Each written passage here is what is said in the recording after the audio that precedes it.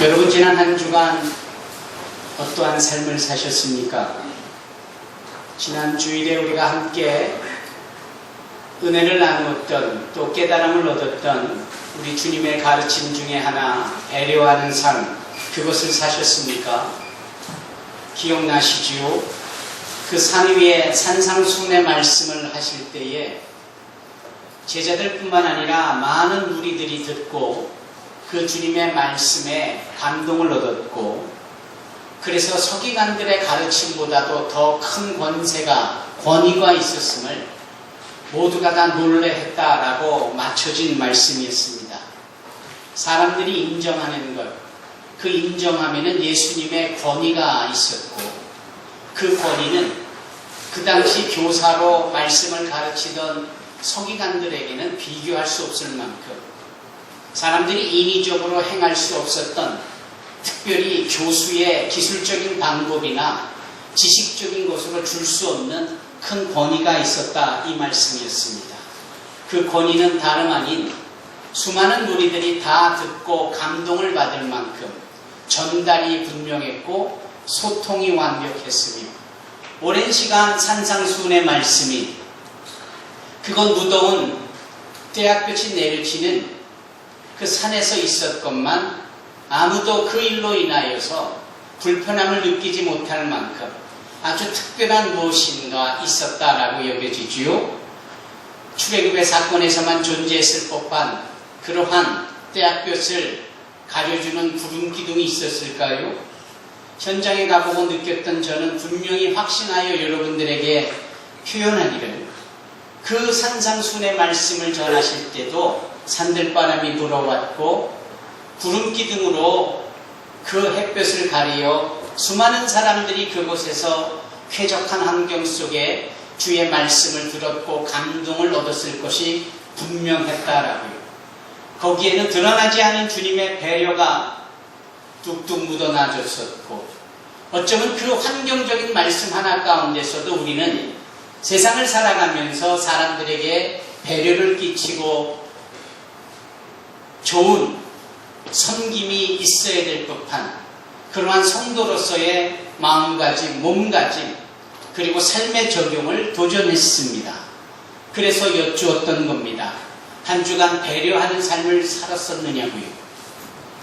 믿음은 행함이 뒤따르는 것이고, 행함이 있을 때 진정 그 믿음이 믿음으로서의 인정함이 있는 겁니다. 야고보 사도가 그 말을 행하지 않았습니까? 행함이 없는 믿음, 죽은 믿음이다. 본인은 행함으로 인하여 자신의 믿음을 보여준다라고요. 우리에게는 이러한 말씀이 남달리 여겨지고 삶의 적용으로 나타내줘야 합니다. 아는 지식으로만 끝나는 신앙이나 믿음이 아니라 우리의 삶에 설령 그것이 헌신이 요구되어지고 우리의 손해가 뒤따르나 누구에게는 배려가 되어지고 저들에게 주님을 아는 기회가 된다면 우리는 그러한 행함을 행하여야 되는 줄로 믿습니다. 우리는 세상 속에서의 진정한 빛으로서 소금으로서의 삶을 살아야 합니다. 교회당 안에서 우리끼리만 친절하고 좋아 보이는 모습은 별로 영향가가 없습니다. 우리들만의 리그처럼 여겨지는 신앙생활은 주님이 원하시는 것이 아닙니다. 세상에서 한결같은 예수 닮은 신앙인, 이것이 주님이 원하시는 바고요. 이것이 우리가 감당하여야 될 신앙인으로서의 과제이기도 한 것입니다. 오늘 본문은 그 말씀이 끝난 직후에 연결되어져 말씀되어지고 있습니다. 무엇입니까? 예수께서 산에서 내려오시니 라고 말씀했습니다. 산에서 내려오셨다라고 구태여 말씀하지 않아도 될 부분인데도 말했던 이유가 무엇일까요? 주님은 말씀하시는 그 장소에만 연연하시지 않았습니다. 말씀하셨던 당신이 그 말씀의 자리를 떠나 세상 속으로 나아가셨음을 의미합니다. 세상 속으로 나아가셔서 말씀하신 바를 직접 행함으로 보여주시기 위함입니다. 마태는, 본문의 저자인 마태는 그것을 빼꼼히 표현하고 있는 겁니다. 예수께서 말씀을 마치시고 산에서 내려오셨다. 어느 종교는 산으로 들어가잖아요. 우리 기독교는 세상 속에서 그 진정한 가치를 드러내는 것입니다. 주님께서 우리로 하여금 빛이요 소금이라고 말씀하셨을 때 보이지 않는 우리들만의 공간이 아닌 삶이 서로 부딪히고 경쟁이 있고 자신의 것을 채우려고자 하는 이기적으로 가득한 세상이란 공간이라고 명명하셨습니다. 너희는 세상에서의 빛이요 소금이다라고요. 주님은 그것을 몸소 보여주시는 겁니다. 그래서 산에서 내려오셨음을 마태는 고백하고 있는 겁니다.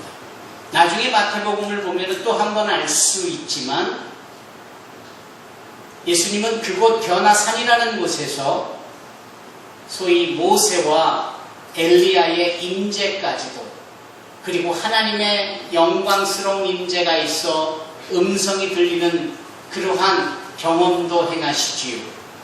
그때 그 중요한 시간에서도 어김없이 졸았던 베드로는 엉뚱한 소리를 해대며 주님 내가 여기에 움막을 저어드릴 테니 여기에 계심이 어떠할까요? 라고 할 때 주님은 그런 말 같지도 않은 소리에 대꾸도 안 하시며 박차고 그 변화산에서 내려오심을 마태는 정확하게 기록하고 있습니다. 그냥 산에서 내려오셨다라는 의미는 아닙니다.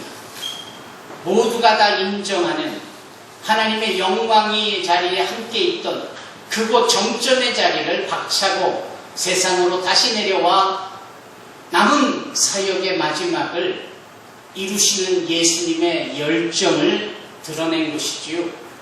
마태는 그러한 세밀한 표현을 통하여서 우리를 도전하고 있는 겁니다. 우리는 오늘 예배를 드리고 난 후에 세상을 향하여 나아갑니다. 이 세상에서 주님의 마음을 품고 그분의 가르침을 몸소 실천에 행하여야 합니다. 그것이 진정한 말씀을 듣고 또 예배를 드리는 자로서 세상에서의 빛으로서 소금으로서의 역할을 감당하는 거룩한 성도의 삶이어야 합니다. 여기 예수께서 산에서 내려오실 때 수많은 무리가 따랐다라고 했습니다. 수많은 무리.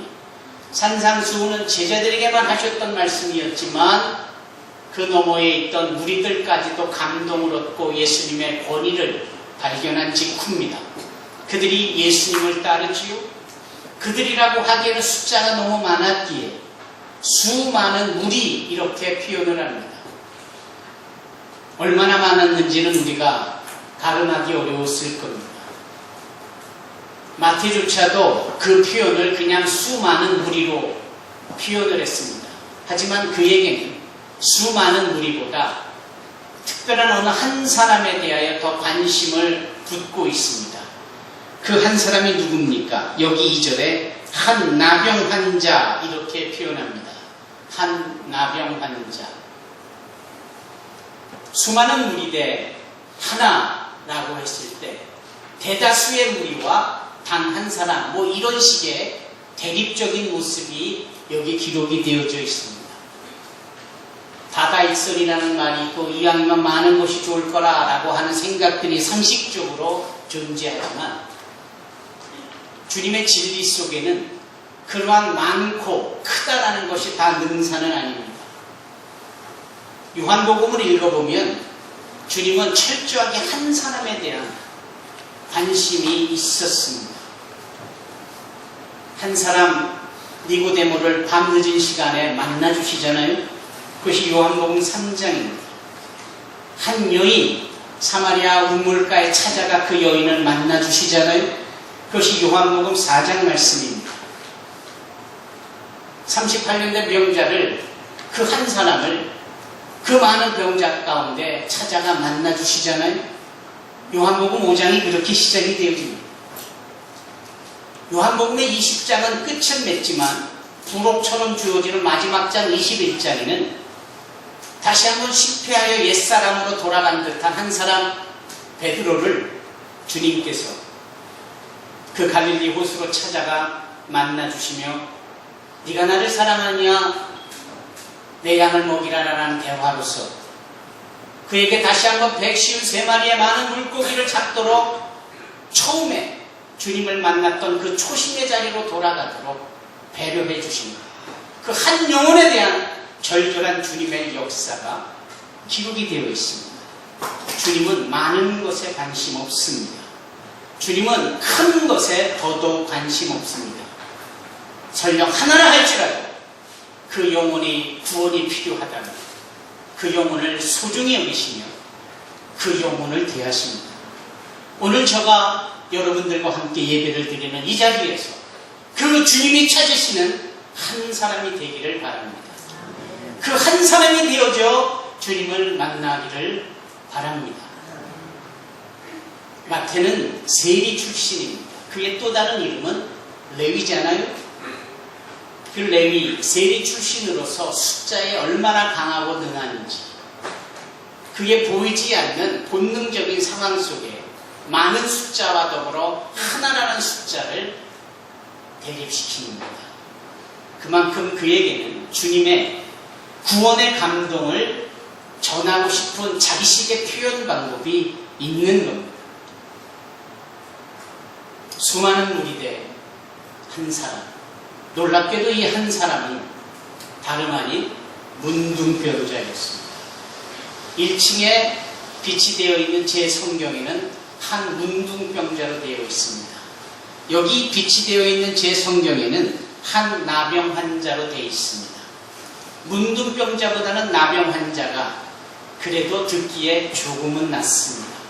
하지만 문둥병이 있는 나병 환자들, 심지어 우리는 그것이 그러한 중한 병에 걸린 분들을 위하여서 우리가 한센스병이라고 명명하여 부르기는 합니다만 성경은 정확하고도 분명하게 있는 모습 그대로를 설명합니다. 문둥병자, 나병 환자. 한 사람이라는 이 숫자가 수많은 무리 앞에 정말 아무것도 않아 보일 수 있고 게다가 문둥병자였다면 게다가 나병 환자였다면 그 하나라는 숫자는 정말 가치 없는 숫자였을 겁니다. 그러나 주님에게는 절대로 그렇지가 않습니다. 나병 환자쯤, 문둥병자 환자쯤이 아니라 주님에게는 온 천하와도 그리고 당신의 생명과도 맞바꾸어 줄 만큼 소중하고 가치 있는 하나님의 형상을 따라 지음받은 하나님의 구원을 이루고야 될 주인공이라는 사실을 드러내고 있는 겁니다. 주님은 그래서 이 한 나병 환자의 만남을 여기 기록하도록 마태를 감동하신 겁니다. 마태는 이렇게 말하고 있습니다. 한 나병 환자가 나와 절하며 이르되, 여러분 이 문둥병자는 눈에 보이는 치명적인 그 중한 모습이 있지 않습니까? 코가 떨어져 나가고 귀가 떨어져 나가고 손가락이 절단되고 심한 중한 이 피부질환과 더불어 냄새도 난다 여겨지고 심지어는 이 문둥병에 대하여서 모세는 그의 기록한 율법 모세오경 속에 특별히 신명기의 말씀이나 레위기 말씀에 또한 출애굽의 말씀에 이 문둥병은 하나님의 저주로 인하여 발병되어짐을 표현하고 있습니다. 문둥병의 동기나 원인이 하나님의 저주로 말미암았다 이런 뜻입니다. 즉 문둥병으로 여겨지는 그 시초는 바로 죄 때문입니다. 죄의 결과물이 문둥병이고 누가 봐도 익히 알만한 것이 더 끔찍한 것은 이러한 사람들은 평범한 사람들과 함께 한 공간에 있지 못하여 격리되어져야 되고 추방되어져야 합니다. 그들만이 있어야 될 곳에 있어야 합니다. 만일 그곳을 떠나 일반 사람들이 있는 마을에 임하거나 사람들이 있는 곳에 오게 되면 큰일 납니다. 그 큰일 날 것을 성경은 이렇게 표현하지요. 누구든 문둥병자를 보거든 돌을 집어 던져라. 이렇게 가르칩니다. 그것을 이렇게도 표현할 수 있을 겁니다. 그 문둥병자에 가까이 오게 됨을 돌을 던져 너 자신을 지켜라 라는 뜻이기도 합니다. 거꾸로 문둥병자는 그 문둥병으로 인하여 사람들에게 가까이 가서는 아니 되는 겁니다. 가까이 가서 돌에 맞았다. 당연한 일인 것입니다. 그리고 돌에 맞다가 설령 목숨을 잃어도 누구 하나 그에게 돌을 던져 죽인 자에게 책임을 묻지 않는 겁니다.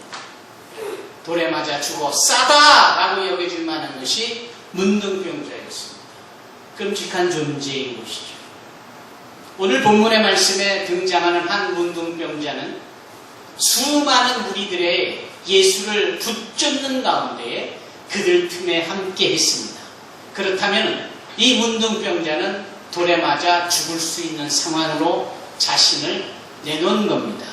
사람들이 그를 아는 순간 그를 내치고 돌에 던져 죽여도 아무 문제가 될 수 없는 상황입니다. 그런 즈음에 이 나병 환자의 입장은 어떤 것이었을까요? 문둥병에 걸려서 이래 죽으니 저래 죽으니 죽음을 통하여서라도 내 생명을 걸고라서라도 저 예수 앞에 나아가 나의 이 병을 치료받아야 되겠다라는 절절한 마음이 있었던 것이 분명합니다. 그러기에 그는 소위 죽으면 죽으리라 하는 그러한 심정으로 그 수많은 무리 틈에 끼어 예수께 나왔던 것이죠.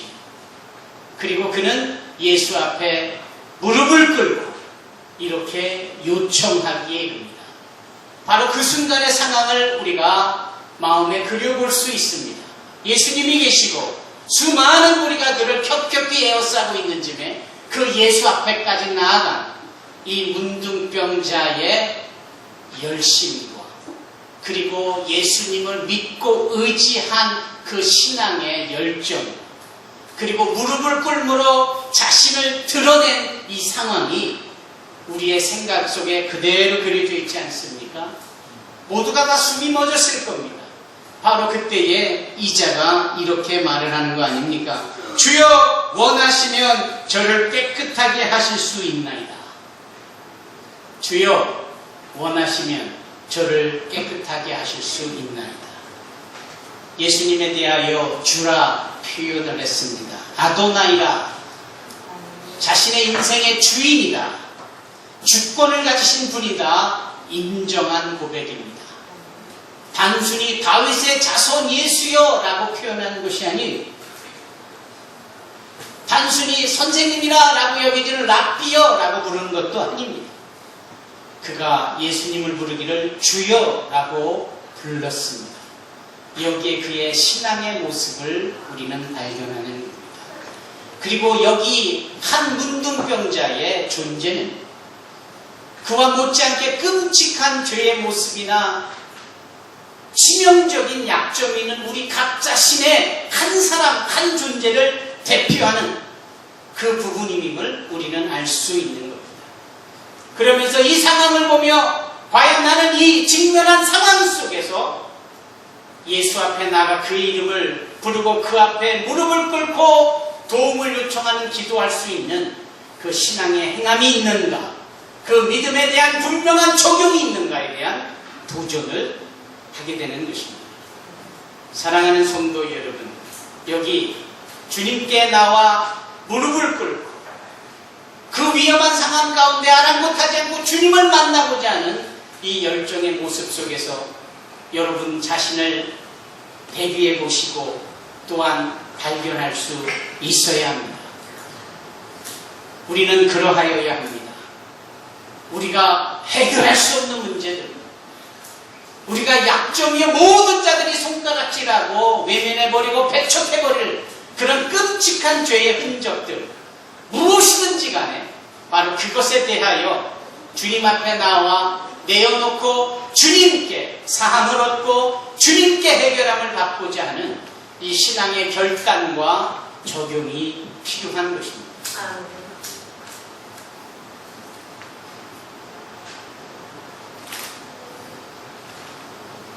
오늘 본문에서 우리는 주님이 어떠한 분이신지를 알 수 있습니다.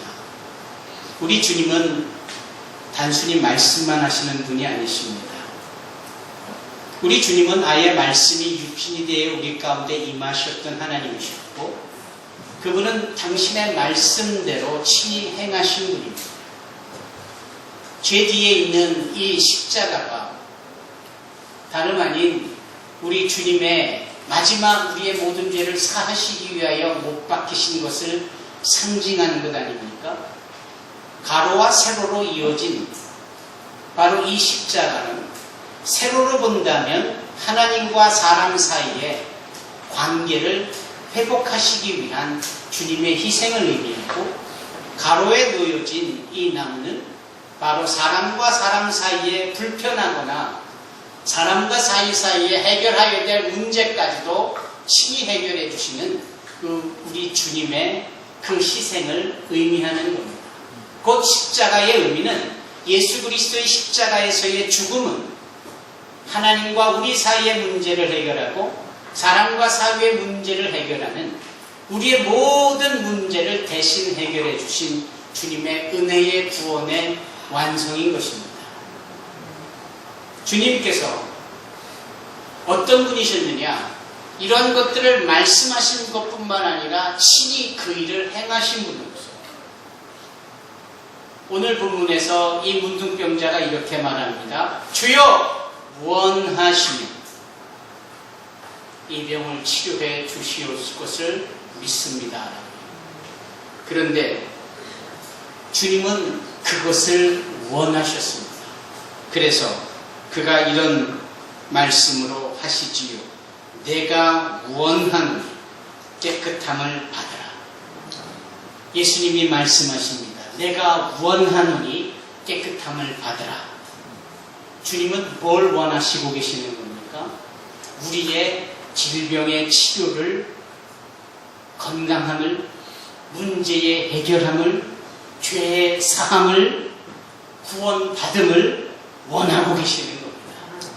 신명기에 따르면 하나님께서는 우리 사람들의 복된 삶을, 머리 되어지는 삶을, 위에 있는 삶을, 존귀한 삶을, 가치 있는 삶을 원하시고 계십니다. 지질이 궁상을 떨듯 가난하고 힘들게 쩔쩔매며 간신히 턱걸이하며 사는 이런 모습이 아니라 당당하고 자신 있는 삶을 살기를 하나님은 원하고 계세요. 문둥병에 걸려 다 죽게 생긴 이 자가 주여 원하시면 이 병을 치료해 주실 것입니다 라고 하는 이 고백 앞에 주님께서 친히 대꾸하여 말씀하시기를 내가 원하노니 라고 말씀하신 겁니다. 주님은 지금도 우리가 잘 되기를 원하고 계십니다. 요한 3서 1장 2절에 사도 요한이 기록한 말씀이 무엇입니까? 사랑하는 자여, 네 영혼이 잘되는 같이 네가 범사에 잘되고 강건하기를 내가 간구하노라. 어떤 성경에는 내가 원하노라 이렇게 되어 있습니다.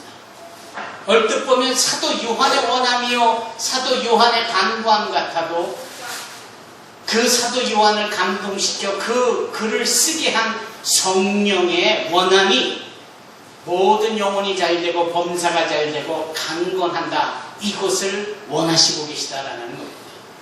하나님은 지금도 저와 여러분들이 잘되기를 원하십니다. 우리가 육신의 강건함을 얻고 범사에 잘되기를 원하고 계십니다. 주님은 말씀하십니다. 내가 원하노니 깨끗함을 받으라. 놀라운 사실이 하나 있습니다. 주님이 이 말씀을 하시며 당신의 손을 내밀어 그 문둥병자의 몸에 손을 대시잖아요. 누구도 생각하지 못하는 저주받은 몸이라 그렇게 발생한 중한 문둥병 환자의 손에 직접 손을 갖다 대시는 이 주님의 행하시는 역사, 그분의 행함으로 말미암는 원함의 기대감은 이 문둥병자를 살립니다. 내가 원하노니 깨끗함을 받으라 하시니 즉시 그의 나병이 깨끗하여진지라 라고 여기 표현되고 있습니다. 오늘 이 시간에도 저희가 주님을 찾고자 하는 간절한 이 한 사람의 심정이 되어져 주님 앞에 주여 원하시면 나의 이 처절한 상황을 고쳐주시고 해결해 주실 수 있나이다 라고 고백하고 말씀할 때 주께서 손 내밀어 여러분들을 안으시고 여러분들을 치유해 주시고 여러분들의 문제를 해결해 주실 줄로 믿습니다. 아멘. 사랑하는 성도 여러분, 그것이 주님의 은혜입니다. 그분의 은혜는 어제나 오늘이나 영원토록 계속되어지리라 믿습니다. 다만 한 가지, 그런 은혜를 우리가 받게 되어질 경우 그 은혜를 받고 나서가 문제입니다. 혹여라도 그 은혜가 너무나도 기쁜 나머지 금세 그 은혜를 주신 주님을 잊고 사는 것은 아닌지요. 주님께서 은혜를 베푸셨는데 그 은혜가 육신의 질병을 고쳐주셨던, 문제를 해결해 주셨던 어떠한 놀라운 결과물이 분명한데 그 결과물을 얻고도 받고도 주신 주님에 대한 신앙인으로서의 도리를 다하고 있지는 않은지 참 중요한 부분입니다. 한 가지 더, 사람이 사람으로서의 도리도 필요합니다. 주님께서는 여기 말씀하십니다. 은혜를 받은 이자에게 이제 들르지 말고 제사장에게 가서 네 치료되어진 것을 보이고 그리고 모세의 율법에 따라 준비된 업무를 드리고 감사해라 라고 말씀합니다. 이것이 은혜를 받은 자의 모습이어야 하고 이것이 은혜를 받은 자의 마땅히 지켜 행해야 될 도리입니다. 많은 분들이 이런 것을 못합니다. 많은 분들이 이것을 놓치고 삽니다. 그 놓치고 살면서 나중에 이런 착각을 합니다. 아, 내가 아프지 않았었나 보다. 아, 원래 내 문제가 없었나 보다.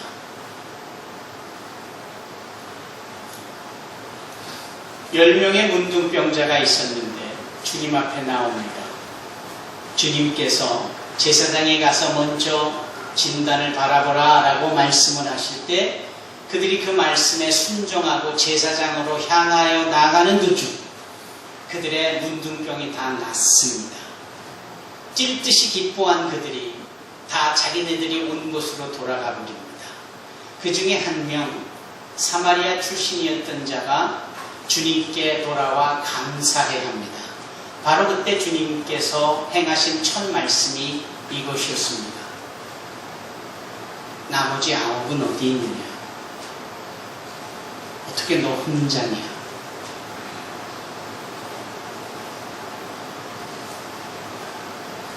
주님은 우리에게 은혜를 주시는데 우리는 은혜를 받으면서 너무나 주신 은혜에 대하여 소홀히 경홀히 여기고 우리를 향한 주님의 마음에 대하여 도리를 다하지 못하고 쉽게 망각하고 오히려 그분을 섭섭하게 근심하게 하며 살고 있지는 않은지 우리가 깊이 마음에 새겨야 됩니다.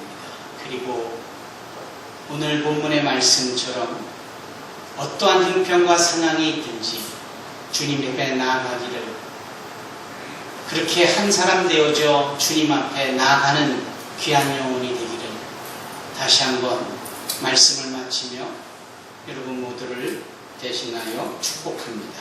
기도하겠습니다.